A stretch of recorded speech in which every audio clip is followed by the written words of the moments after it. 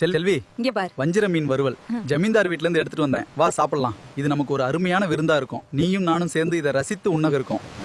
ஏங்க, நாம மட்டும் சாப்பிட்டா போதுமா? நம்ம மகனுக்கும் ஒரு மீன் கொடுப்போம். It is not enough for us to eat alone. Let us give one piece of fish to our son as well. He must be hungry too.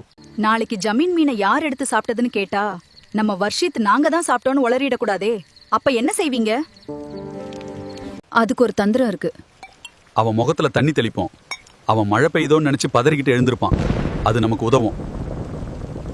வருஷத்து வந்து என்னப்பா என்ன தூக்கத்தில் இப்படி என்னப்பா விட்டு வந்தா போனீங்க? வர்ஷித் எழுந்துரு. வா, மீன் வறுவல் கொண்டு வந்தீங்க. மழை பெய்ஞ்சது பார். வா சாப்பிடலாம்.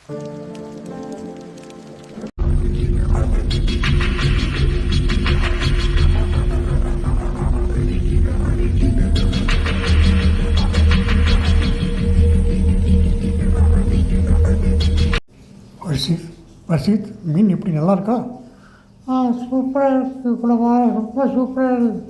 எனக்கு இன்னொரு மீன் இருந்தால் கொடுங்கப்பா. அப்பா இன்னொரு மீன் ப்ளீஸ்ப்பா.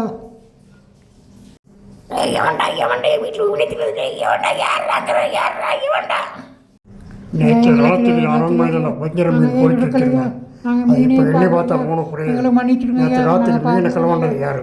உண்மையை திரும்ப இல்லை வெட்டி போடுவோம் இல்லையா?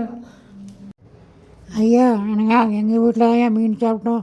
மீன் நல்லா இருந்துச்சு ஐயா. ஆனால் மீன் சாப்பிடும் நல்லா மழை பெஞ்சிதுங்க. நல்லா மழை பெஞ்சிக்கிட்டே இருந்துச்சுயா. இல்லை ராசா, அவன் ஏதோ தெரியாமல் சொல்கிறான். வீட்டில் நேற்று மீன்லாம் சாப்பிடல. அவன் ஏதோ கனவு கொண்டு சொல்கிறான். நேற்று மழை பெய்யவே இல்லையா? எப்படி மழை பெஞ்சுன்னு சொன்னான்? இதை நீங்கள் நம்புவீங்களா ராஜா?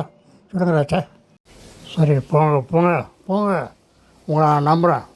நேற்று எங்கே மழை பெஞ்சுது? பையன் ஏதோ தூக்கத்தில் உள்ள இருக்கான்னு தெரியுது.